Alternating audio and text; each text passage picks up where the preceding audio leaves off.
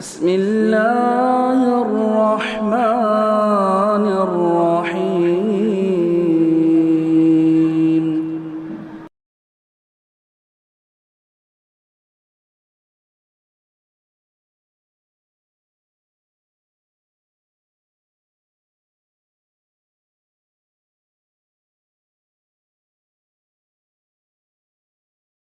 اعوذ باللہ من الشیطان الرجیم بسم اللہ الرحمن الرحیم الف لام میم صاد کتاب انزل الیک فلا یکن فی صدرک حرج منہ لتنذر بہ وذکری للمؤمنین۔ محترم حاضرین، آج کے درس میں ہمارے سامنے سورۃ الاعراف ہے، جس کا بیشتر حصہ کل کی تراویح میں، کل کے قیام اللیل میں پڑھا گیا۔ یہ سورت بھی مکی ہے، جس کی آیتوں کی تعداد 206 ہے۔ اعراف اس کا مشہور نام ہے، جو اس صورت میں ذکر کیے گئے اعراف اور اصحاب اعراف کی مناسبت سے رکھا گیا۔ اعراف کیا ہے؟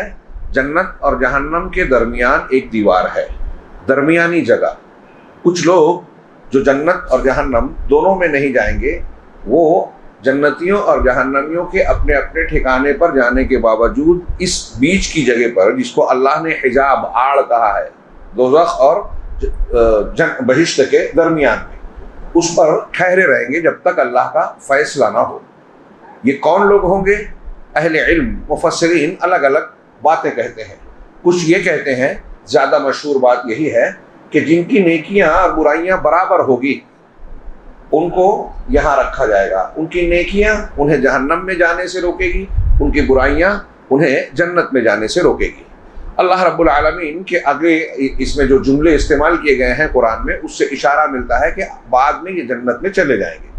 کچھ لوگوں کا کہنا ہے کہ یہ وہ لوگ ہوں گے جو دنیا میں حق و باطل کے موقع پر، مقام پر، جہاں حق بولنا چاہیے، حق کا ساتھ دینا چاہیے، باطل کی مخالفت کرنا چاہیے، وہاں یہ خاموش رہتے ہیں، نہ حق کا ساتھ دیتے ہیں، نہ باطل کی مخالفت کرتے ہیں، کہتے ہیں کون جھنجھٹ میں پڑے، جیسا کہ ہمارا مزاج ہے۔ تو ایک طریقے سے ان کا یہ درمیانی مزاج ہے، اس لیے وہ وہاں درمیان میں رکھے جائیں گے۔ الگ الگ اقوال ہیں۔ اسی طرح اس صورت کو میقات بھی کہا جاتا ہے، اس لیے کہ اس میں حضرت موسیٰ علیہ السلام کے مقررہ وقت کا تذکرہ ہے۔ وَلَمَّا جَاءَ مُوسَىٰ لِمِيقَاتِنَا، حضرت موسیٰ علیہ السلام جب ہمارے مقررہ وقت پر آئے۔ اور سورت کا ایک بہت بڑا حصہ سیدنا موسیٰ علیہ السلام اور آپ کی قوم سے متعلق ہے۔ قرآن مجید میں سب سے زیادہ جس نبی کا اور ان کی قوم کا واقعات کا تذکرہ ہے، وہ سیدنا موسیٰ علیہ السلام ہے۔ اس کا ذرا سا تھوڑی سا تذکرہ انشاءاللہ آگے ہم کریں گے۔ اسی طرح اس سورت کو المیثاق بھی کہا جاتا ہے۔ میثاق عہد و پیمان کو، وثیقہ اسی سے بنا ہے، عہد و پیمان کو کہتے ہیں۔ اس سورت میں آخر میں اللہ رب العالمین نے اس میثاق اور عہد و پیمان کا ذکر کیا، جو حضرت آدم علیہ السلام کی پیٹھ سے تمام روحوں کو نکال کر، جو ابھی پیدا نہیں ہوئی تھی، حضرت آدم کو بنایا، ان کی پیٹھ پر اللہ نے اپنا ہاتھ پھیرا۔ وَإِذْ أَخَذَ رَبُّكَ مِن بَنِي آدَمَ مِن ظُهُورِهِمْ ذُرِّيَّتَهُمْ أَلَسْتُ بِرَبِّكُمْ وَأَشْهَدَهُمْ عَلَىٰ أَنفُسِهِمْ أَلَسْتُ بِرَبِّكُمْ قَالُوا بَلَىٰ شَهِدْنَا۔ یہ جو آیت ہے، اس میں اللہ نے ارشاد فرمایا کہ جب ہم نے آدم کے اخذ ربک، تمہارے پروردگار نے بنی آدم کی پیٹھوں سے، پشتوں سے ان کی ذریت کو نکالا اور انہیں خود ان کے اوپر، اپنے اوپر گواہ بنایا اور پوچھا کہ کیا میں تمہارا پروردگار نہیں ہوں؟ سب نے کہا ہاں۔ یہ اس لیے ہم نے لیا کہ تاکہ تم قیامت کے دن یہ نہ کہہ سکو انا کنا عن ھذا غافلین، کہ ہم اس سے غافل تھے، معلوم نہیں تھا۔ غور سے اللہ کا یہ فرمان کہہ رہا ہے کہ اگر کوئی شرک کرے گا تو وہ قیامت کے دن یہ نہیں کہہ سکے گا، یہ عذر نہیں چلے گا کہ مجھے معلوم نہیں تھا۔ اور تقولوا، یا یہ کہنے لگو کہ انما کنا، کیا ہے، انما اشرک آباؤنا، ہمارے باپ دادا نے شرک کیا تھا، وکنا ذریۃ من بعدہم، اور ہم ان کی اولاد، ان کی ذریت تھے، تو ان کے اولاد تھے تو ان کے پیچھے چلتے رہے، ان کی تقلید کر لی اندھے بن کر۔ تو افتہلکنا بما فعل المبطلون، تو یہ باطل پرستوں نے جو کچھ کیا اس کی وجہ سے پروردگار کیا تو ہمیں عذاب دے گا؟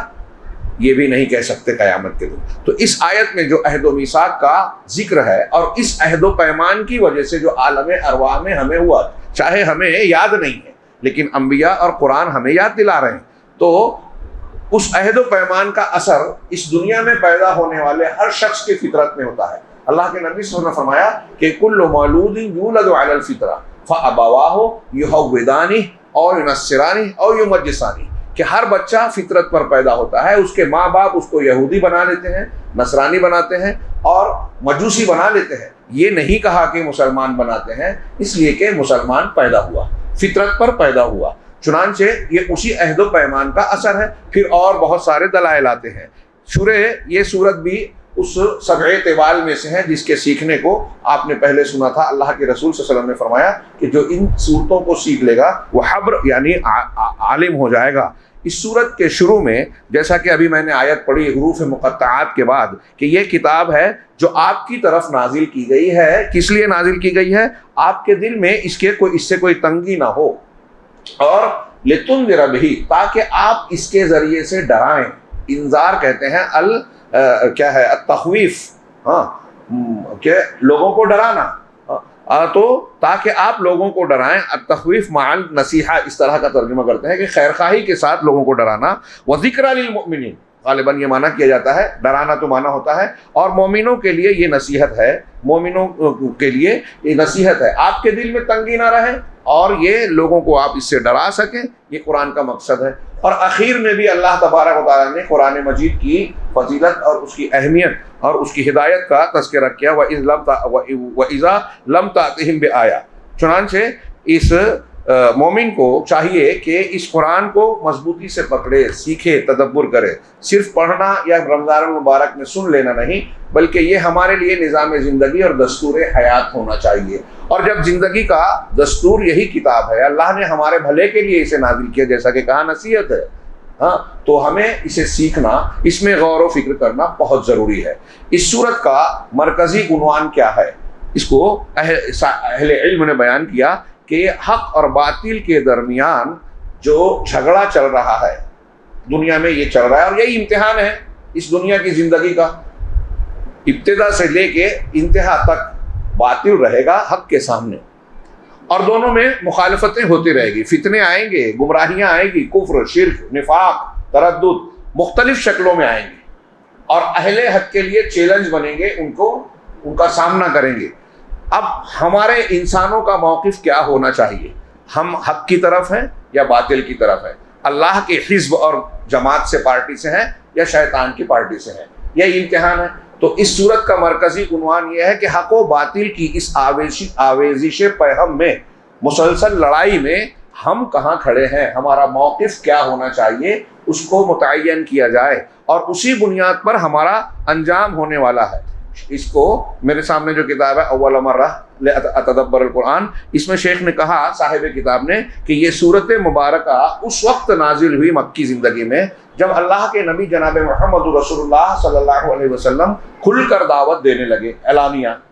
ابتدائی کچھ دنوں میں آپ چپکے چپکے دعوت دیتے تھے، جب کھل کے دعوت دینے لگے تو اس وقت مرحلہ بڑا سنگین اور نازک تھا، اس کی شدید مخالفت ہو رہی تھی۔ دعوت دینے کے جرم میں، اس کی پاداش میں سخت ظلم و ستم ڈھایا جا رہا تھا۔ کمزور مسلمانوں کو تو بہت سختیاں اور شدتیں، ایذائیں جھیلنا پڑ رہی تھی۔ آپ نے واقعات سنے ہیں، گرم ریت پر گھسیٹا جانا، ان کو بند کپڑے میں لپیٹ کر دھونی دیا جانا، کوڑوں سے مارنا، یہاں تک کہ بعض مقامات، بعض موقعوں پر شہید کر دیا جانا۔ حضرت عمار، ان کا خاندان، سب سے پہلی حضرت سمیہ کو شہید کیا گیا۔ یہ مکی زندگی کا ایک ماحول تھا کہ کوئی اگر کلمہ حق بلند کرتا تو اسے مارا جاتا، زد و کوب کیا جاتا، خون کر دیا جاتا، یہاں تک کہ بعض مرتبہ قتل کر دیا جاتا۔ ایسے میں اتنے سخت معاملات میں گویا خطرناک حالات تھے، اور اللہ تبارک و تعالیٰ ہر چیز دیکھ رہا تھا کہ مسلمان اور نبی کو انتہائی سخت مقابلوں کا، معاملات کا سامنا ہے۔ اب ایسے میں جو دوسرے لوگ جو سمجھ رہے ہیں یہ حق ہے، یہ دلیلیں ہیں، اللہ کے نبی صلی اللہ علیہ وسلم کی سچائی اور صداقت، کفار مکہ کتنی بھی شدت سے مخالفت کرتے ہوں، ابو جہل اور ابو لہب ہی کیوں نہ ہو، وہ یہ جانتے تھے، مانتے تھے، سمجھتے تھے، اور اپنی مجلسوں میں اعتراف کرتے تھے کہ محمد صلی اللہ علیہ وسلم سچے ہیں، جھوٹے نہیں۔ ہاں، ابو جہل نے ایک موقع پر کہا کہ بنو ہاشم نے جب فلاں کام کیا سرداری میں تو ہم نے سرداری میں ان کا مقابلہ کیا، مہمان نوازی کی تو ہم نے مہمان نوازی کی، لوگوں کو دیا تو ہم نے بھی دیا، ہر معاملے میں مقابلہ کیا۔ اب اس خاندان میں ایک نبی آ گیا تو ہم نبی کہاں سے لائیں؟ لہذا ہم مخالفت کریں گے۔ یہ تعصب عصبیت خاندان کی بنیاد پر اور مختلف دوسرے دنیاوی عصبیتوں کی بنیاد پر تھا، چنانچہ مخالفت کی، جبکہ جانتے تھے کہ حق ہے۔ قرآن کو چھپ چھپ کر سنتے تھے، اس میں سے بعض لوگ کے اس میں سننے میں لذت ملتی ہے، چنانچہ ایسے میں بعض لوگ جان کر بھی حق بات کہنے سے شرماتے تھے، اور بعض لوگ حق کا ساتھ دینے سے ڈرتے تھے کہ تکلیف ہوگی، پریشانی ہوگی، لوگ بیٹھے بٹھائے دشمن بن جائیں گے۔ آج ہمارا بھی یہی حال ہے۔ ہم بہت سے معاملات میں گھر میں بھی دیکھیے، ساس بہو کے جھگڑے سے لے کے جماعت اور حکومت تک، جہاں ہم کہہ سکتے ہیں، جتنی ہماری طاقت ہے اتنا ہم کو کہنا چاہیے، شریعت کا ہم سے تقاضا ہے۔ جہاں ہماری طاقت نہیں ہے اور ہم کوئی اقدام کرتے ہیں اس میں فائدے کی وجہ یقین ہے کہ نقصان ہوگا، حضرت ابراہیم کی طرح بت شکنی اگر کریں گے تو آج ہم جو ہے اس کا نتیجہ اچھائی اور مقصود تو حاصل نہیں ہوگا، نقصان ہوگا، اس لیے وہ کرنا ہمارے لیے جائز نہیں ہے۔ ہاں، جو ہم کر سکتے ہیں، حق کا ساتھ دینا، سچائی کو سچ کہنا، غلط کو غلط کہنا، یہ ہمیں کرنا چاہیے۔ چنانچہ ایسے ماحول میں یہ سورت نازل ہو رہی ہے۔ اس سورت کی ابتدائی مضامین میں ہی سب سے پہلے تو اللہ کے رسول کی اتباع کی بات کہی گئی، میں پھر سے آخر میں اس کا تذکرہ کروں گا۔ یہاں جو مضامین اس سورت کے ذکر کیے گئے ہیں اس کتاب میں نکات واز کہ حضرت آدم علیہ السلام اور ابلیس کے درمیان جو معاملہ چلا اس دنیا میں، حضرت آدم علیہ السلام کے آنے سے پہلے جنت کا واقعہ، کہ جنت میں تھے، اللہ نے ایک درخت سے منع کیا، شیطان نے آ کے جو ہے بہکایا اور پھسلایا، اور جس درخت کو اللہ نے کہا تھا کہ یہ نہیں کھانا، اسی درخت کے بارے میں یہ کہہ دیا شیطان نے کہ یہ کھا لو گے تو ہمیشہ جنت میں رہو۔ جو شجرۃ الخلد کہا اسے، جو جنت سے نکلنے کی وجہ بنا اور بننے والا تھا، اس کو شیطان کیا کہہ رہا ہے کہ شجرۃ الخلد مطلب یہ کھا لو گے تو ہمیشہ جنت میں رہو۔ الٹا ایسے ہی ہم کو دنیا میں دھوکہ دے رہا ہے۔ اللہ نے بہت سے درختوں سے منع کیا ہے ہمیں، وہ کھا لو گے تو جنت میں نہیں جاؤ گے، ہاں، لیکن ابلیس ہم کو پٹی پڑھاتا ہے، بہکاتا ہے کہ یہ کھا لو، یہ مزہ لے لو، جوانی ہے، موقع ہے، ارے بعد میں توبہ کر لینا، ہاں، ایسے ہی پٹی پڑھاتا ہے جیسے آدم علیہ السلام ہمارے باپ کو جنت سے نکلنے کا سبب بنا۔ چنانچہ اس کا ذکر کیا مخلوق کے آغاز کے وقت، یہ مقابلے کا ذکر کیا، اور پھر اس سورت کے اندر اب آگے ہم ابھی شیخ ربیع کے اس میں پڑھیں گے کہ ابلیس اور شیطان کا تذکرہ ہے، اس کے بعد انجام کا ذکر ہے کہ اب کوئی ابلیس کی مانتا ہے تو جہنم کا راستہ اختیار کرتا ہے، کوئی اللہ کی بات مانتا ہے تو جنت کے راستے پہ جائے گا۔ آدم کا طریقہ یہ ہے کہ آدم علیہ السلام سے غلطی ہوئی تو آپ نے توبہ کی، ابلیس سے غلطی ہوئی، اللہ کا حکم نہیں مانا تو اکڑ گیا۔ تو کوئی اگر ہم بھی غلطیاں کر رہے ہیں، غلطی کرنے کے بعد اس پر اڑے ہیں، ٹکے ہیں، توبہ نہیں کر رہے ہیں، تو ہم شیطان اور ابلیس کے طریقے پہ ہیں۔ غلطی ہو گئی اور شرمندہ ہو کے، نادم ہو کے اللہ کے سامنے آنسو بہاتے ہیں اور عزم کرتے ہیں کہ آئندہ یہ غلطی گناہ نہیں کہہ کے پروردگار معاف کر دے، تو یہ آدم کا طریقہ ہے۔ پوری دنیا کا، زندگی کا آپ دیکھ لیں یہی معاملہ چل رہا ہے۔ اس سورہ مبارکہ میں پھر مختلف انبیاء اور ان کی قوموں کے واقعات بیان کیے گئے ہیں، قصے بیان کیے گئے ہیں۔ حضرت نوح علیہ السلام کا سب سے پہلے، پھر حضرت ہود کا، پھر حضرت صالح کا، پھر اس کے بعد حضرت شعیب علیہ السلام کا، اور حضرت موسیٰ علیہ السلام کا بالتفصیل ذکر کیا گیا۔ اس کا آپ کا فرعون کے ساتھ، بنی اسرائیل کے ساتھ مختلف مرحلوں کے واقعات کا تذکرہ کیا گیا۔ اس پورے معاملے میں حق اور باطل کے درمیان کی جنگ نظر آتی ہے۔ اس پورے معاملے میں یہ نظر آتا ہے کہ کون سا طبقہ جو ہے اللہ کے طریقے اور حکم پر عمل کر رہا ہے وہ کامیاب ہوا۔ وہ بہت تھوڑے تھے، نوح علیہ السلام نے 950 سال دعوت دی، بہت تھوڑے لوگ ایمان لائے۔ حضرت ہود، صالح اور ان لوگوں کا بھی معاملہ، بہت چند انگلی پر گننے والے لوگوں نے ایمان قبول کیا اور اکثر لوگوں نے انکار کیا، مذاق اڑایا، نبی کی مخالفت کی، اللہ کے احکامات کو رد کیا۔ نتیجہ کیا ہوا؟ جس کا جیسا کفر تھا، عناد تھا، اللہ نے اس کو ویسے ہی عذاب دیا، دنیا میں بھی ان کو نیست نابود کر دیا۔ اس میں اس سورہ مبارکہ میں یہ بتایا گیا۔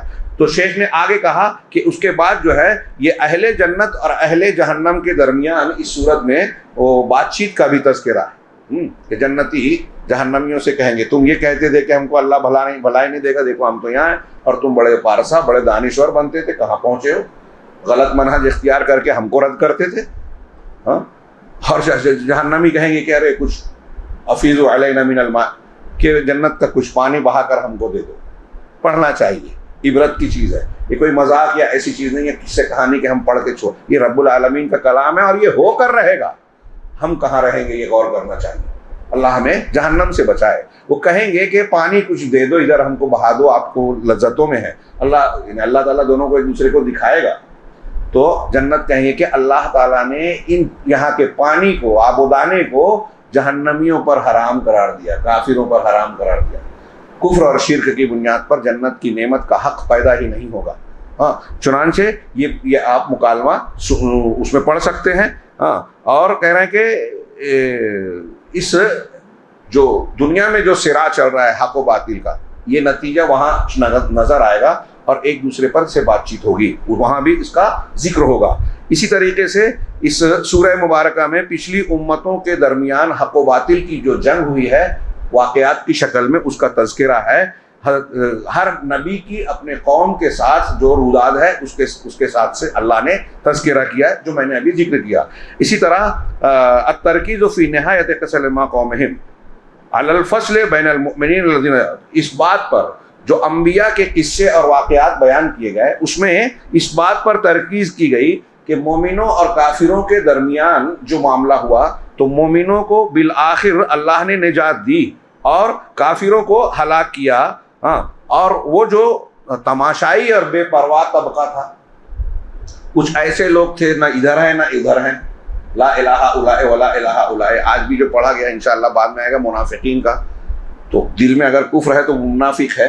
کچھ ایسے ہیں جن کو ان سب چیزوں سے اپنے آپ کو جھنجھٹ سے دور رکھتے ہیں، ان کے نزدیک جو ہے دین اہم نہیں ہے. ہاں، لہسن پیاز گیہوں چاول یہ زیادہ اہم ہے. ہاں، جنت جہنم اہم نہیں ہے، وہ مذاق لگتا ہے. تو ایسے لوگوں کا بھی اس ذکر میں کئی مقامات پر تذکرہ کیا گیا ہے. اسی طریقے سے ہلاکت، پچھلی امتوں کے ہلاکت کے کیا اسباب ہیں، ان میں خاص طور سے بار بار جس کا ذکر قرآن نے کیا وہ ہے فساد اور استکبار، بگاڑ اور استکبار، تکبر، بگاڑ عقیدے کا، اعمال کا، اور اس کے نتیجے میں تکبر کر کے اللہ کی اور اس کے رسولوں کی بات کو نہ ماننا. نمبر 6 یہ نقطہ بیان کیا کہ ابلیس کا حق و باطل کے معرکے میں ابلیس کا بڑا ہتھیار کیا ہے. ابلیس کے ہتھیار کیا کیا ہیں، کس طریقے سے دھوکہ دیتا ہے، اس سورہ میں ہم کو بتایا گیا. آگے سے، پیچھے سے، دائیں سے، بائیں سے آ کر یہ بہکاتا ہے، صراط مستقیم سے ہٹاتا ہے، حرام کو حلال بنانے اور حلال کو حرام بنانے کی کوشش کرتا ہے. ہاں، شرک کو، کفر کو، اللہ اور رسول کی مخالفت کو خوشنما اور خوبصورت بنا کر اس پر چلانے کی کوشش کرتا ہے، اور بے وقوف لوگ، کم علم لوگ آسانی سے اس کے دھوکے میں آ جاتے ہیں. ایک کتاب لکھی عبد الرحمن ابن جوزی رحمہ اللہ نے، تلبیس ابلیس، اس کی صحیح باتوں کو ملخص کر کے ترجمہ بھی کر دیا گیا ہے، بازار میں اویلیبل ہے. ہندوستان پاکستان میں میں اکثر دروس میں کہتا ہوں، بچوں کو، طلبہ کو بھی کہتا ہوں کہ یہ کتاب ہر ہندوستانی مسلمان کو پڑھنا چاہیے. اور ایک علامہ ابن تیمیہ کی کتاب الفرقان بین اولیاء الرحمن و اولیاء الشیطان، اس میں ان کتابوں کو پڑھ کے آپ شیاطین کی چالوں کو سمجھ سکیں گے. تلبیس ابلیس میں الگ الگ باب عنوان باندھ کے عبد الرحمن ابن جوزی نے بتایا ہے، واقعات قرآن و حدیث کی آیات کی شکل میں، حکایتوں کی شکل میں، کہ شیطان کس کو کیسے بہکاتا ہے، محدث کو، مفسر کو، عالم کو، مبلغ اور داعی کو کیسے بہکاتا ہے، عام آدمی کو، جاہل کو کیسے بہکاتا ہے، شاعر کو کیسے بہکاتا ہے، طبیب کو کیسے بہکاتا ہے. پھر اس کو ذکر کیا، واقعات نقل کیا اور علاج بتایا کہ اس کے دھندوں سے، فریب سے کیسے بچنا چاہیے. اسی طرح تو اس میں جو اس کے ہتھیار بتائے ہیں، انہوں نے ایک ہتھیار کا ذکر کیا کہ ایک ہتھیار ہے کہ یہ بے لباس کرتا ہے، انسانوں کو ننگا کرتا ہے، بدنام کرتا ہے. یہاں قرآن میں ہے فوسوس لہم الشیطان، شیطان نے ان دونوں کو، یعنی آدم علیہ السلام اور ان کی بیوی ہماری ماں حوا کو وسوسہ ڈالا. کس لیے؟ لیبدی لہما ما ورئ عنہما من سوآتہما، تاکہ ان کی وہ شرمگاہیں جس کو ڈھانپا گیا تھا اس کو ظاہر کر دے، بے نقاب اور کشف کر دے، سترا ہٹا دے. جب آدم اور حوا نے وہ ممنوع درخت کھایا تو لباس اتر گیا جنت کا، اس کے حقدار نہیں رہے. تو فتفقا یخصفان من ورق الجنہ، حدیث قرآن میں ہے. اس میں بھی ہے کہ وہ جنت کا ورق پکڑ کر اپنی شرمگاہ کو چھپانے لگے. تو ابلیس ننگا کرتا ہے. آج دیکھیے کتنے لوگوں کو پہلے تو یہ برائی تھی, اب دین کے نام پہ, آرٹ کے نام پہ, فیشن کے نام پہ اور آزادی کے نام پر جو آوارگی ہے لوگوں کو ننگا کر رہا ہے, اور لوگ خوشی خوشی ننگے ہوتے ہیں. جب ظاہر میں ننگے ہوتے ہیں تو معنوی طور پہ بھی ننگے پن کو اختیار کرتے ہیں. اسی طرح اس حق و باطل کے معرکے میں بنی اسرائیل کے حق و باطل کے معنی میں بنی اسرائیل کے فساد اور بگاڑوں کی مختلف شکلوں کو اس صورت میں ذکر کیا کہ وہ کیسے تردد میں پڑے ہوئے تھے حق اور باطل کے درمیان. ہاں, کبھی ادھر جاتے, کبھی ادھر جاتے, کبھی بیچ میں رہتے. ہاں, ان کا موقف بالکل واضح اور صاف نہیں تھا, حالانکہ موسیٰ علیہ السلام نبی کی حیثیت سے ان کے درمیان موجود تھے.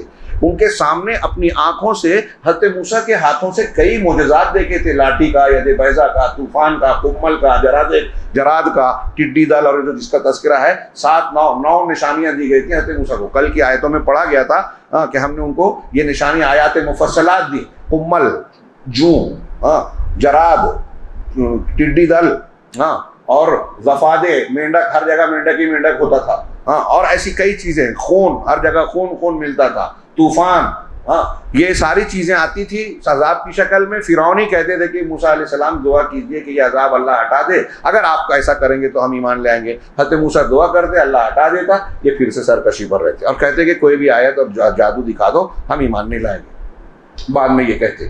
یہ چیزیں بنی اسرائیل بھی دیکھ رہے تھے.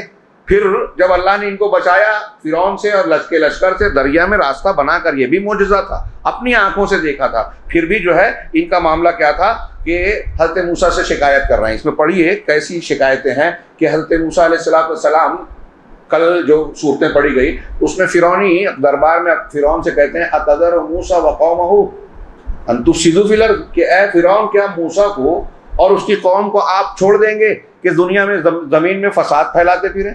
غور کیجئے کیا زبان کیا استعمال کر رہے ہیں. آج مسلمانوں کو جیسے انتہا پسند اور کیا کیا کہا جاتا ہے. حضرت موسیٰ کو کہہ رہے ہیں زمین میں فساد پھیلانے والا. تو فرعون نے کیا کہا, یہ ہماری بات نہیں مانتے, ہم ان کے بیٹوں کو قتل کریں گے, ان کی بچیوں کو زندہ رکھیں گے. سنقتل ابناءہم ونستحیی نساءہم وإنا فوقہم قاہرون, ہم ان پر پورا غلبہ اور کنٹرول رکھتے ہیں. سورہ اعراف میں ہی دیکھیے یہ آیت ہے. تو جب یہ کہا, اور یہ دوبارہ سلسلہ حضرت موسیٰ کی پیدائش سے پہلے ہی بھی یہ کیا تھا کہ بیٹوں کو مارتا تھا, لڑکیوں کو چھوڑتا تھا, اب پھر سے یہ سزا دینا شروع کیا. تو فرعونیوں نے حضرت موسیٰ علیہ السلام سے شکایت کی. حضرت موسیٰ علیہ السلام نے کہا استعینوا, قال موسیٰ لقومہ استعینوا باللہ واصبروا. بہت زبردست. آج مسلمانوں کے گھر پہ بلڈوزر چل رہے ہیں, فلسطین میں بم برس رہے ہیں, بچوں عورتوں کے ساتھ جو کچھ ہو رہے ہیں, وہ جیسا منظر ہے سمجھ لیجئے کہ فرعون کے زمانے میں وہی منظر ہے یہ جو بنی اسرائیل کے ساتھ اس کی فوج کر رہی تھی. بچوں کو پکڑ پکڑ کے گھر میں بیٹا ہے قتل کرنا, کمزور کرنا, غلام بنانا, اور جس طرح چاہنا استعمال کرنا. حضرت موسیٰ نے ویسے حالات میں جو کہا تھا وہ ہمارے لیے بھی درس ہے. استعینوا باللہ, اللہ سے مدد مانگو, اللہ کا سہارا پکڑو, اس سے مدد لو. واصبروا, اور صبر کرو. ان الارض للہ, زمین اللہ کی ہے. یورثھا من یشاء, اللہ جسے چاہے اس کا وارث بنائے, اس پر غلبہ دے. من عبادہ, اپنے بندوں میں سے. آج ان کو ہے تو یہ اترا رہے ہیں, اللہ چاہے گا تو ان کی حکومت چھین لے گا, ختم کر دے گا, اور ہوا بھی یہی. اللہ تعالیٰ والعاقبۃ للمتقین, یہ یاد رکھنے والی بات ہے کہ نتیجہ متقیوں کے حق میں ہی ہوگا. کتنی بھی پریشانی آ جائے, کوئی کتنا بھی اچھل کود مچا لے, مسجد کو چھین لے, کوئی قانون بنا دے اور بڑے سے بڑا ہیلا بہانہ کر لے کہ میری حکومت قائم رہے, میں غلبہ پالوں, میری تہذیب و ثقافت غالب رہے, یہ اللہ کا نظام یہ نہیں چلا رہا ہے, دنیا کا نظام اللہ چلا رہا ہے, اور نتیجہ نیک لوگوں کے حق میں ہوگا. والعاقبۃ للمتقین. قالوا, تو انہوں نے کیا کہا, اوذینا من قبل ان تأتینا ومن بعد ما جئتنا. ارے موسیٰ, آپ کے آنے سے پہلے بھی ہم کو تکلیف دی گئی, اذیتیں دی گئی, اور آپ کے آنے کے بعد بھی تکلیفیں دی جا رہی ہے. دیکھیے ان کا انداز کیا ہے. لیکن پھر بھی موسیٰ علیہ السلام کیا کہہ رہے ہیں, قال عسى ربكم ان يهلك عدوكم, قریب ہے کہ اللہ تمہارا پروردگار تمہارے دشمن کو ہلاک کر دے اور زمین میں تم کو خلافت عطا کر دے. اور بعد میں یہی ہوا بھی. کتنا بڑا تھا. آپ سوچئے اس منظر کو سامنے رکھیے. آج مسلمانوں کے حالات پر غور کیجئے.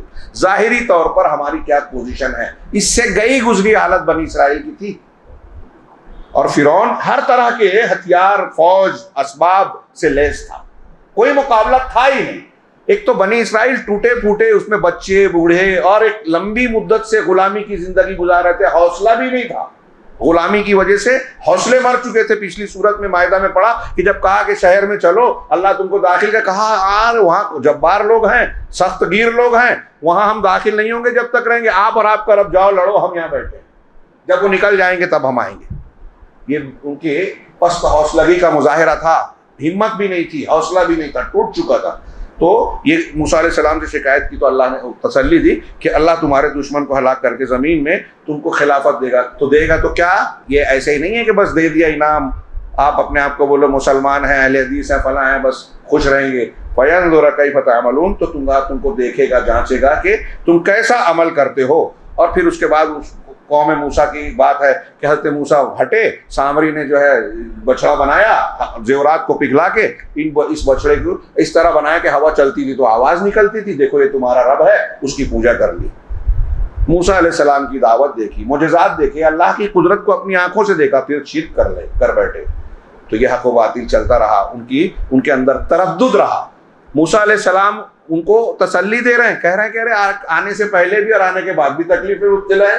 یہ جو اوپر کہا کہ ان کے یہاں حق اور باطل کے سلسلے میں تردد رہا، جبکہ دلائل جانتے تھے۔ چنانچہ یہ بنی اسرائیل کا تردد ہی تھا کہ عقیدہ ان کے دلوں میں پختہ نہیں تھا۔ موسیٰ علیہ السلام سے ڈائریکٹ انہوں نے کہا، قرآن میں اسی صورت میں نقل کیا اللہ نے کہ وجاوزنا ببنی اسرائیل البحر، ہم نے بنی اسرائیل کو سمندر پار کرا دیا۔ فاتوا علی قوم، تو اس کے بعد وہ ایک ایسی قوم کے پاس سے گزرے، وہاں پہنچے، یعکفون علی اصنام لہم، جو اپنے معبودوں کے پاس اعتکاف کرتے تھے، مجاوری کرتے تھے۔ قالوا یا موسیٰ اجعل لنا الہا کما لہم آلہہ، تو بنی اسرائیل کہہ رہے ہیں موسیٰ علیہ السلام سے کہ اے موسیٰ ہمارے لیے بھی ایسا معبود بنا دیجئے جیسے ان مشرکین کے معبود ہیں۔ پیغمبر سے کہہ رہے ہیں، یہ کتنی عقیدے کی کچا پن ہے۔ ترمذی کی صحیح حدیث ہے، آپ نے سنی ہوگی، یاد رکھنا چاہیے، ہندوستانی ماحول میں بڑی ضرورت ہے۔ حضرت ابو واقد لیثی صحابی رسول ہیں، وہ کہتے ہیں کہ ہم نئے مسلمان ہوئے فتح مکہ کے وقت، اللہ کے رسول صلی اللہ علیہ وسلم کے ساتھ نکلے، حنین کے موقع سے مقام سے کی طرف جا رہے تھے، راستے میں دیکھا کہ مشرکین کا ایک درخت ہے، بیری کا درخت، اسے ان لوگوں نے ذات انوات کا نام دے رکھا تھا، اور اس پر اپنے ہتھیاروں کو لٹکاتے تھے تبرکاً۔ تو ہم نے کہا اللہ کے رسول ہمارے لیے بھی ایسے ہی ذات انوات بنا دیجئے جیسے ان مشرکین کا ذات انوات ہے کہ برکت حاصل کریں گے۔ سوچ رہے ہیں، سن رہے ہیں آپ، صحابہ کرام جب اللہ کے رسول سے کہہ رہے ہیں تو ظاہر سی بات ہے کہ ان کی نیت بری نہیں تھی، ہاں، لیکن یہ سن کر، اور یہ بات بھی پوائنٹ کے دماغ میں رکھنے والا پوائنٹ ہے کہ یہ خود انہوں نے کہا کہ نئے مسلمان صحابہ نے کہا تھا، پرانوں نے نہیں۔ توحید پر ابھی ان کی تربیت نہیں ہوئی تھی، توحید کی تربیت ہر ایک کے لیے کتنی ضروری ہے۔ تو نبی کریم صلی اللہ علیہ وسلم غصہ ہو گئے، ناراض ہوئے اور کہا اللہ اکبر، ہاں، انہا السنن، قلتم والذی نفسی بیدی کما قالت بنو اسرائیل لموسیٰ یا موسیٰ اجعل لنا الہا کما لہم آلہہ۔ یہ قرآن کی آیت پڑھی آپ نے کہ اللہ اکبر، اس ذات کی قسم جس کے ہاتھ میں میری جان ہے، تم نے وہی بات کہی ہے جو موسیٰ کی قوم نے، بنی اسرائیل نے موسیٰ سے کہی تھی کہ ہمارے لیے معبود بنا دیجیے جیسے ان کے معبود ہیں۔ یہی جملہ کہا، یعنی کوئی چیز اگر متبرک نہیں ہے، نوٹ کیجئے یہ دماغ میں، کوئی چیز اگر متبرک نہیں ہے اسے متبرک سمجھ لینا، بابرکت سمجھ لینا، ہاں، یہ شرک ہے، اسے معبود بنانا ہے۔ رسول اللہ صلی اللہ علیہ وسلم فرما رہے ہیں اب اجمیر ہے، اللہ اور رسول نے شریف نہیں کیا، آپ اسے شریف مانو۔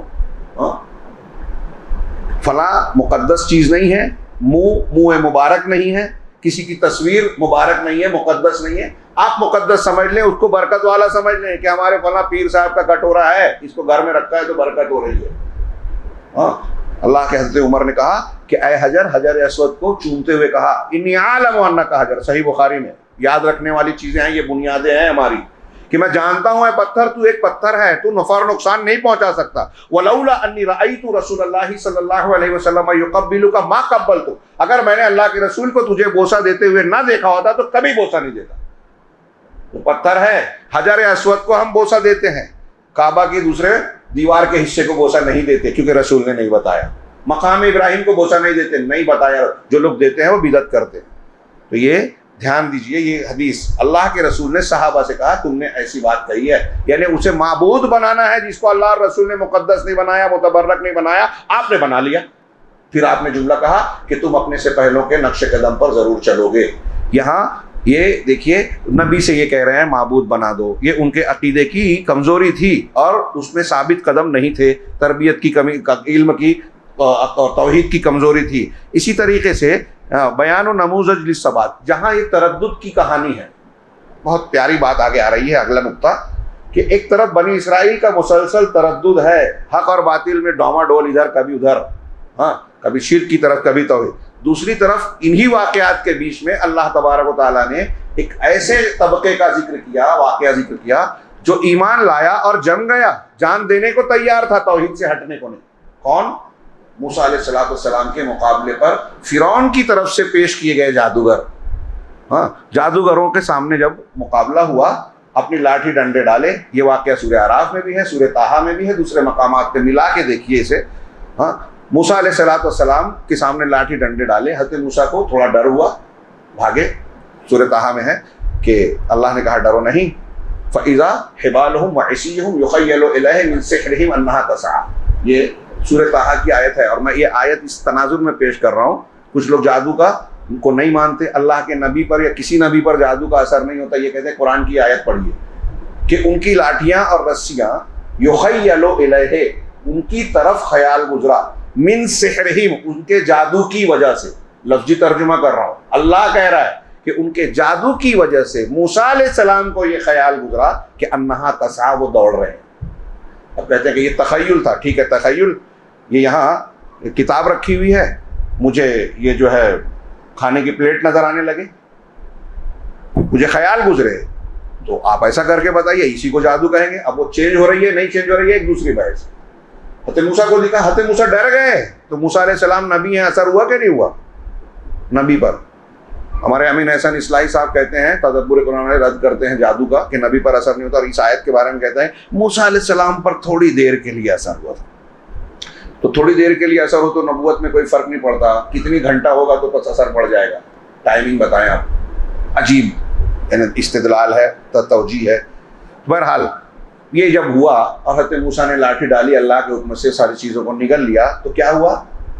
بہت دماغ میں رکھیے، جادوگروں نے یہ دیکھ کر کہا کہ یہ موسیٰ نہیں کر سکتے، ہم موسیٰ کے رب پر ایمان لاتے ہیں، اور سجدہ ریز ہو گئے۔ اس میں ذکر کیا ہے کہ دیکھیے جادوگر فرعون کے سامنے سجدے میں گر گئے، کس کے؟ رب العالمین کے، اور اسی مناسبت سے اس سجدے کی یاد دہانی کرتے ہوئے اس سورت کے آخر میں آیت سجدہ ہے کہ ہم بھی اس کو یاد کریں، اللہ کے سامنے جھکیں۔ تو یہ گر گئے۔ اب جب فرعون نے یہ قصہ دیکھا تو حیران کہ میں نے جس کو اپنا کینڈیڈیٹ بنایا حق کو رد کرنے کے لیے، وہی پھسل گیا۔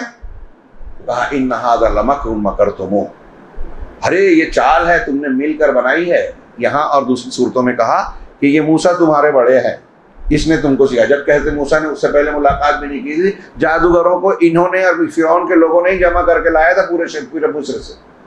لیکن دیکھیے سیاسی لوگ، بادشاہ، حکومت، حکمراں ہار کے بھی ہار نہیں مانتے، پھنس کے بھی نہیں پھنستے، چوریاں پکڑی جاتی ہے، بیان بازی جاری رہتی ہے۔ آج ابھی ایک سلسلہ چل رہا ہے الیکٹرل بانڈ کا، دیکھ لیجیے، مانیں گے نہیں۔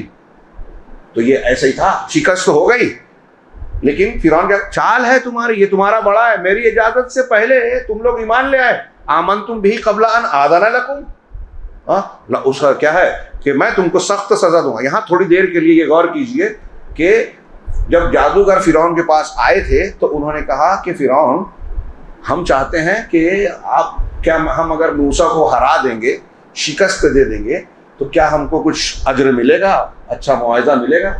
تو فرعون نے کہا صرف معاوضہ اور اجر ہی نہیں ملے گا، تم کو دربار میں میری قربت بھی ملے گی۔ ایک عالم نے لکھا کہ آج کی زبان میں یہ کہہ لیجئے، حکومتی زبان میں، کہ کرسی بھی ملے گی، ایوان حکومت میں کرسی ملے گی۔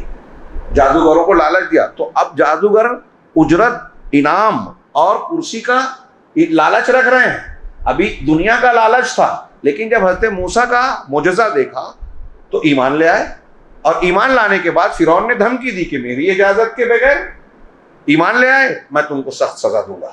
اور کیا کہا سزا دینے میں؟ یہاں بھی ہے اور اس سورہ اعراف میں بھی، سورہ طٰہٰ میں بھی، کہ تمہارے ہاتھ اور پیر کو مخالف سمت سے کاٹ دوں گا، دایاں ہاتھ تو بایاں پیر، بایاں ہاتھ تو دایاں پیر۔ وَلَأُصَلِّبَنَّكُمْ لَأُقَطِّعَنَّ أَرْجُلَكُمْ وَأَيْدِيكُمْ مِنْ خِلَافٍ وَلَأُصَلِّبَنَّكُمْ فِي جُذُعِ النَّخْلِ، اور تم کو کھجور کے تنوں پر تم کو سولیاں چڑھا دوں گا۔ تو جادوگر کیا کہہ رہے ہیں یہاں بھی دیکھیے کہ ہم تو اپنے پروردگار پر ایمان لائے، ہمارا بس اتنا ہی گناہ ہے کہ ہم نے اللہ کی نشانی آ جانے کے بعد رب پر ایمان لائے۔ سورہ اعراف میں یہ کہا اور سورہ طٰہٰ میں یہ کہتے ہوئے کہا کہ حق آ جانے کے بعد ہم نے مان لیا ہے، فرعون تو جو چاہتا ہے کر لے، اقضِ ما انت قاض۔ میں اسے ہمارے شہر کی زبان میں کہتا ہوں کہ گویا ہماری زبان میں، عوامی زبان میں، کہ جو اکھاڑنا ہے اکھاڑ لے، تو کیا کرے گا زیادہ سے زیادہ؟ اے فرعون انک تقضی هذه الحیات الدنیا، تو یہ دنیا کی زندگی کا خالی خاتمہ کرے، یہ تو ایسے بھی جانا ہی ہے۔ کتنی پیاری بات، کیسی ثابت قدمی ہے۔ ہم تھوڑے تھوڑے دن میں ڈاواں ڈول ہو جاتے ہیں، ڈر جاتے ہیں، ادھر سے ادھر چلے جاتے ہیں، تھوڑا سا امتحان اللہ لیتا ہے، باطل کی طاقت ہمارے سامنے آتی ہے، ہمارے لوگوں میں سے کچھ لوگ بک جاتے ہیں، ایمان بیچتے ہیں، قوم کے سودے کرتے ہیں، مسلم مفادات کو بیچ دیتے ہیں۔ یہ جادوگروں سے سبق لیتی ہے۔ یہاں ایک اور پوائنٹ اور نقطہ نوٹ کیجئے، میں اکثر بیان کرتا ہوں، میں نے اپنی کتاب لکھی اس میں بھی بیان کیا، کیا کہ ایک قابل غور بات یہ ہے کہ جادوگروں نے معجزہ کس کے ذریعے سے دیکھا تھا؟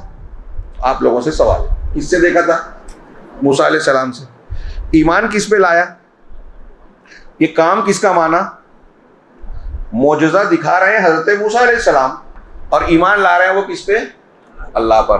آج ہمارے ہندوستان پاکستان میں لوگ بزرگوں کی، اولیاء کی حکایتیں، ان کی کرامتیں بیان کرتے ہیں، وہ ایسے تھے، وہ سر کے بل دوڑتے تھے، آگ میں بیٹھ کر کھانا کھاتے تھے، ہوا میں اڑتے تھے، پانی پہ چلتے تھے، بلکہ پانی میں اڑتے تھے، ہوا میں تیرتے تھے۔ میں کہتا ہوں کرامت کرامت کھیلتے تھے، عشاء کے وضو سے فجر، فجر کے وضو سے عشاء، جوانی کے وضو سے بڑھاپا۔ مان لیں یہ ہر جگہ جہاں جائیں ایسے قصے کہانیاں موجود ہیں۔ یہ کیوں بیان کرتے ہیں؟ یہ بیان کر کے عوام کو یہ تاثر دیا جاتا ہے، شرک کی دکان کو سجایا جاتا ہے۔ اتنے بڑے بزرگ جب ایسے تھے تو پھر ان سے مانگنے میں کیا ہے؟ ان کو وسیلہ لگانے میں کیا ہے؟ ان کی قبر پر طواف کرنا، چومنا، اس کی طرف سفر کرنا کیا غلط ہے؟ غلط ہے، بالکل غلط ہے۔ اللہ کی شان ان کو دینا ہے، اللہ کی تعظیم کا حق ان کو دینا ہے، یہ شرک ہے۔ اور دیکھیے جادوگروں کے اس واقعے سے سبق لیجئے کہ انہوں نے معجزہ دیکھا، موسیٰ سے یہ نہیں کہا کہ اے موسیٰ تمہارے اندر طاقت ہے، یہ کہا کہ موسیٰ یہ کرتے۔ اگر موسیٰ کا کام مانتے نا یہ، تو جادوگر ایمان نہیں لاتے۔ نوٹ کیجئے، اگر یہ مانتے جادوگر کہ یہ موسیٰ علیہ السلام کی طاقت ہے تو ایمان لاتے؟ کیا کہتے کہ اگر موسیٰ کر سکتے ہیں تو ہم بھی کر سکتے ہیں، جیسے وہ ہیں ویسے ہم انسان ہیں، ہم نے جادو سیکھا، موسیٰ علیہ السلام نے بھی ایک چیز دکھائی، ہم بھی سیکھ سکتے ہیں۔ لیکن جادوگروں نے یہی تو جانا، یہی تو مانا کہ ہم جو سیکھے ہیں وہ جادو ہے، جادو کو ہم جانتے ہیں، موسیٰ نے جو دکھایا وہ جادو ہو ہی نہیں سکتا، انسان کی طاقت اور قدرت ہے ہی نہیں، یہ اللہ کا کام ہے، اسی لیے اللہ پر ایمان لائے۔ تو معجزہ اور کرامت اللہ کی قدرت ہے، بزرگ کی طاقت نہیں ہے۔ حضرت عیسیٰ علیہ السلام مردے کو زندہ کرتے تھے تو قم بإذن اللہ کہتے تھے، اللہ کے حکم، چونکہ وہ اللہ کے بھیجے ہوئے پیغمبر ہیں، اس لیے ان کے معجزے کو دیکھ کر اللہ کو ماننا چاہیے، ان کو اللہ نہیں ماننا چاہیے۔ وہ نبی ہیں سچے، صحیح بات ہے، پیر یا ولی صاحب کرامت دکھا رہے ہیں تو مان لیں گے کہ وہ بہت پہنچے ہوئے بزرگ ہیں، لیکن ان کی طاقت ہے، وہ چاہیں تو آپ کو اولاد دے دیں، وہ چاہیں تو آپ کو شفا دے دیں، وہ چاہیں تو آپ کو دولت دے دیں، وہ چاہیں تو آپ کی مشکل کو آسان کر دیں، یہ کوئی نہیں کر سکتا۔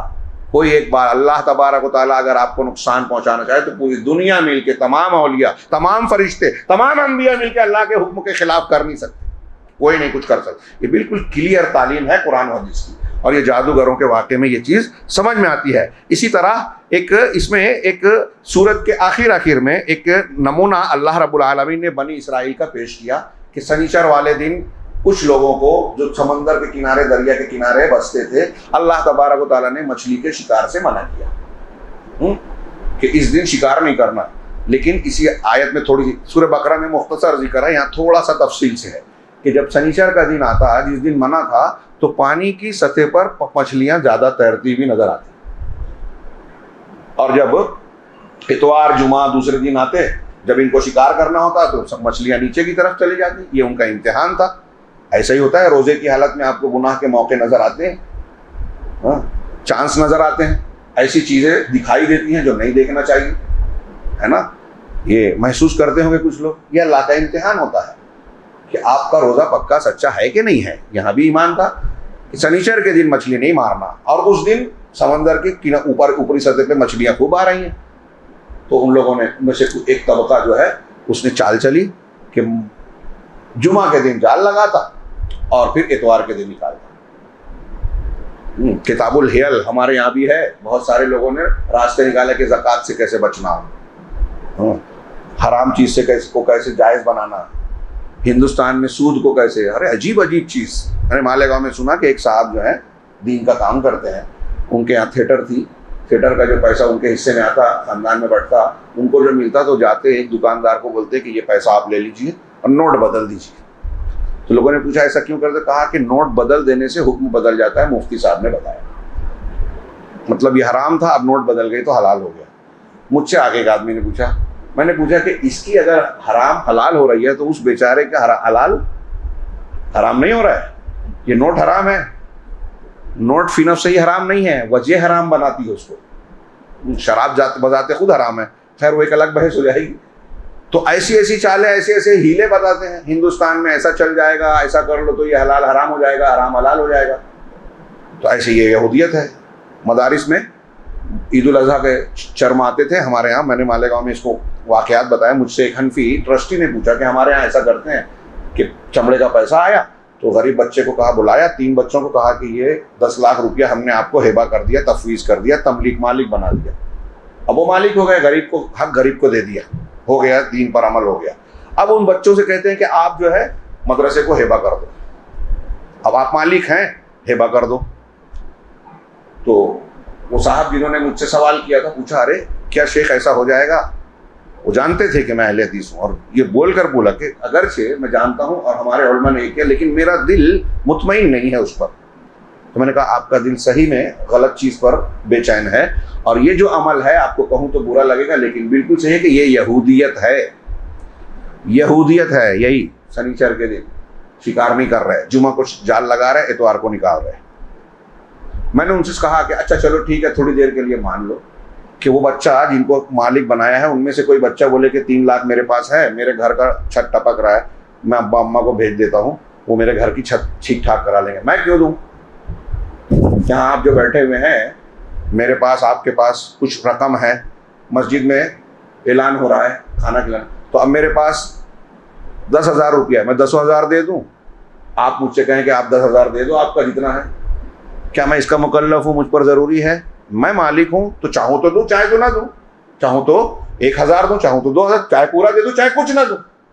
تو ایسے ہی اس بچے کو آپ اختیار دے رہے ہو کیا کہ آپ مالک ہو تو چاہو تو دو، چاہو تو نہ. اس کو سمجھایا گیا کہ آپ رکھ سکتے ہو، ابا کو بھیج سکتے ہو، ہاں اپنی بہن کا علاج کروا سکتے ہو اس سے.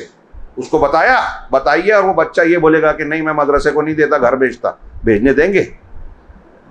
تو کہا نہیں بھیجنے دیں گے. کہا پھر مالک کیسے بنایا؟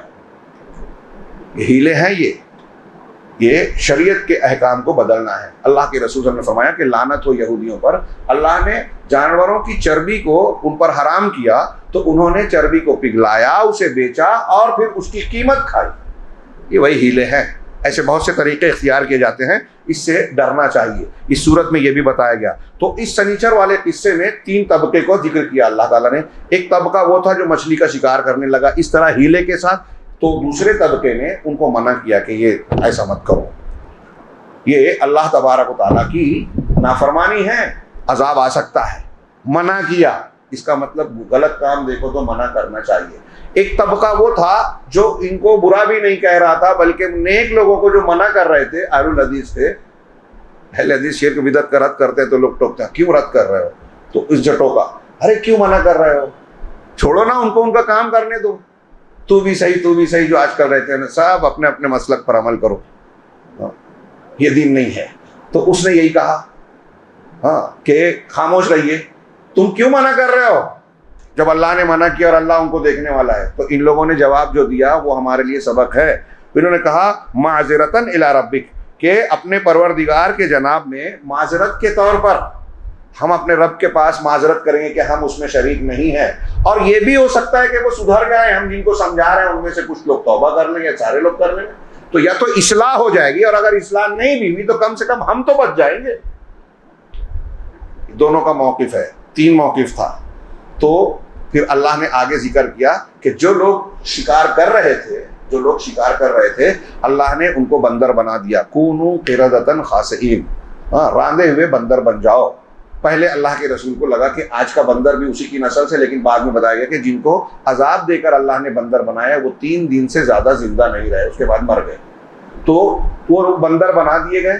اللہ نے بتایا کہ ان کو بندر بنایا، اور جو منع کر رہے تھے اللہ نے ان کو نجات دی. اور جن لوگوں نے درمیانی راستہ اختیار کیا تھا ان کے بارے میں قرآن خاموش ہے. کچھ لوگ کہتے ہیں کہ ان کو بھی عذاب آیا، واللہ اعلم. بہرحال یہ تینوں طبقوں کا ایک مثال دی اللہ تبارک و تعالیٰ نے کہ اصلاح کرنی چاہیے. ہاں، اس کے اخیر میں اللہ تبارک و تعالیٰ نے آدم علیہ السلام سے لیا گیا عہد و پیمان کا ذکر کیا ہے. اس صورت میں میں آج اسی پر اکتفا کرتا ہوں. یہ آخری نقطہ، کل اگر مجھے مناسب لگا تو دکتور ربی نے جو اس صورت کے تناظر میں کچھ باتیں کہی ہے اسے پیش کروں گا، یا پھر آگے بڑھ جائیں گے. ایک یہ کہ اس صورت میں بھی حضرت موسیٰ علیہ السلام کے قصے کو دوسرے نبیوں کے مقابلے میں زیادہ تفصیل سے بیان کیا گیا، اور پورے قرآن میں اس کی کئی حکمتیں اہل علم نے بیان کی، کئی حکمتیں. ہاں، اور میں نے پچھلے 10 محرم کو قصہ موسیٰ پر لمبی چوڑی تقریر مالیگاؤں میں کی تھی. اس میں نے کافی کچھ بیان کیا، علامہ ابن تیمیہ وغیرہ کے اقوال بھی. یہاں جو انہوں نے ذکر کیا وہ یہ ہے کہ قرآن میں بنی اسرائیل اللہ کے نبی موسیٰ کا ذکر کثرت سے اور تفصیل سے کیا گیا ہے. اس کی وجہ یہ ہے کہ بنی اسرائیل یہ الگ الگ نسلوں میں اخلاق و سلوک میں، اچھائی اور برائی کے معاملات میں ان کے الگ الگ حالات تھے، اور ان کی شریعت بھی دوسرے نبیوں کے مقابلے میں تفصیلی آئی، یعنی ان کو موقع ملا. چنانچہ ان کے واقعات میں عبرت، نصیحت اور احوال، ایسے بہت سارے حالات تھے جو مسلمانوں کے حق و باطل سے جنگ میں شریعت پر عمل کرنے اور نہ کرنے کے سلسلے میں رہنمائی اور فائدہ پہنچانے والے، رہنمائی کرنے والے، فائدہ پہنچانے والے. دوسرے واقعات میں یہ تفصیلات آپ کو نہیں ملے گی، دوسرے انبیاء کے بہت کم ملے گی. اس میں زیادہ ہے. پلس یہودیوں سے اس وقت بھی سابقہ تھا اور ابھی بھی ہے. ہاں، تو اس میں بھی دکھائی دیتا ہے. اسی طرح اللہ کی طرف راستے جانے والے راستے کو ایک مسلمان کیسے اختیار کرے اس حق و باطل کی جنگ میں، اس میں ہم کو رہنمائی ملتی ہے. علامہ ابن تیمیہ وغیرہ نے ایک اور بات ذکر کی ہے جو قابل ذکر ہے کہ دیکھیے کہ جتنی تاریخ میں سرکش لوگ گزرے، سرکش مخالفین دین کے، اس میں فرعون کا کردار اعلیٰ ہے سب سے برائیوں میں. کہ فرعون ایک ایسا آدمی گزرا ہے جو خود اپنے آپ کو رب کہتا تھا. انا ربکم الاعلی، قرآن نے کہا میں تمہارا رب اعلیٰ ہوں.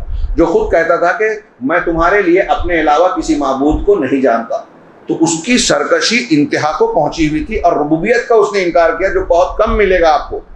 بظاہر کیا، حالانکہ قرآن نے خود کہا کہ یہ جس ربوبیت کا انکار کر رہا ہے وَجَحَدُوا بِهَا وَاسْتَيْقَنَتْهَا أَنفُسُهُمْ ظُلْمًا وَعُلُوًّا، یہ فرعون کے بارے میں کہا، آل فرعون کے بارے میں، کہ انہوں نے اللہ کا، رب کا انکار کیا، حالانکہ دل میں اس کو یقین تھا، دل میں مانتا تھا، لیکن ظاہر میں تجاہل عارفانہ، جہالت کا مظاہرہ. نہیں، کون ہے رب العالمین؟ میں نہیں مانتا، اللہ کو نہیں مانتا. اندر مانتا تھا، اندر اس کے یقین تھا. قرآن کہہ رہا ہے وَاسْتَيْقَنَتْهَا أَنفُسُهُمْ، ان کے دلوں کو یقین تھا، لیکن انکار کیوں کیا؟ ظُلْمًا وَعُلُوًّا، ظلم کرتے ہوئے اور برتری چاہتے ہوئے. آج جو سرکشی ہے، مختلف قومیں، امریکہ اور فلاں، یہ اپنی برتری چاہتے ہیں. ہماری قوم بڑی ہے، دوسری ذاتیں نیچی ہیں، یہ برتری گناہ کراتی ہے، ظلم کراتی ہے. تو فرعون ایک بڑا ظالم گزرا، اور اس کے مقابلے میں سیدنا موسیٰ علیہ السلام کو اللہ نے مبعوث کیا. تو حضرت موسیٰ کا جو باطل کے سامنے ڈٹنا، کھڑا رہنا، لڑنا، فرعون جیسی طاقت کے سامنے کوئی چھوٹی بات نہیں، بہت بڑا معاملہ ہے یہ. ہم چھوٹی چھوٹی طاقتوں کے سامنے کھڑے ہونے سے ڈرتے ہیں. تو ہم کو نصیحت لینی چاہیے کہ دیکھیے موسیٰ علیہ السلام وقت کے فرعون کے سامنے کھڑے ہیں، دربار میں اس کی آنکھوں میں آنکھیں ڈال کے توحید کی دعوت دے رہے ہیں. وہ کیا نہیں کر سکتا تھا دنیاوی اور ظاہری طور پر، لیکن نبی پیغمبر اس سے ڈرے دبے نہیں. اور فرعون نہیں کر سکا کیونکہ اللہ نے کہا تھا کہ انی معکما، ہارون اور موسیٰ علیہ السلام کے تم جاؤ اس کو ڈراؤ، میں تم دونوں کے ساتھ ہوں، اسمع و ارا، کیسے ساتھ ہوں؟ میں دیکھ رہا ہوں اور سن رہا ہوں، حفاظت کرنا میری ذمہ داری ہے۔ اور اللہ نے حفاظت کی۔ فرعون کے سامنے موسیٰ علیہ السلام مادی طاقت قوت کے اعتبار سے کچھ بھی نہیں تھے، لیکن ٹکے رہے، ڈٹے رہے حق و باطل کی جنگ میں۔ ایک آدمی کو یہی کرنا چاہیے۔ اور دیکھیے کہ اسباب کے نہ ہونے کے باوجود موسیٰ علیہ السلام اور ان کی قوم کو اللہ تعالیٰ نے سمندر سے راستہ دے دیا، فرعون کو ڈبا دیا۔ سارے اسباب، ساری طاقت قوت، فوج، ہتھیار دھرے کے دھرے رہ گئے۔ یہ دنیا کے جو لوگ اسباب لے کر چڑھے دوڑ رہے ہیں، ہم کو اس سے مایوس ہونے کی ضرورت نہیں ہے۔ ہمارے پاس جو سب سے قوی اور طاقتور چیز ہے وہ توحید ہے، اللہ کا دین ہے، اللہ کی تعلیمات اور اس پر عمل کرنا۔ ڈرنا چاہیے کہ ہم توحید سے ہٹ جائیں، ہم گناہ کرنے لگیں، اللہ ہم سے ناراض ہو جائیں، تب ہمیں ڈرنا چاہیے۔ اگر آپ اس پہ قائم ہیں تو یقین رکھیے اللہ حفاظت کرنے والا ہے۔ اس پر کچھ باتیں رہ گئی ہیں، انشاءاللہ مناسب ہوا تو کل بیان کروں گا۔ اللہ تعالی ہمیں دین کو سمجھنے اور اس پر عمل کرنے کی توفیق دے۔ وآخر دعوانا ان الحمدللہ رب العالمین۔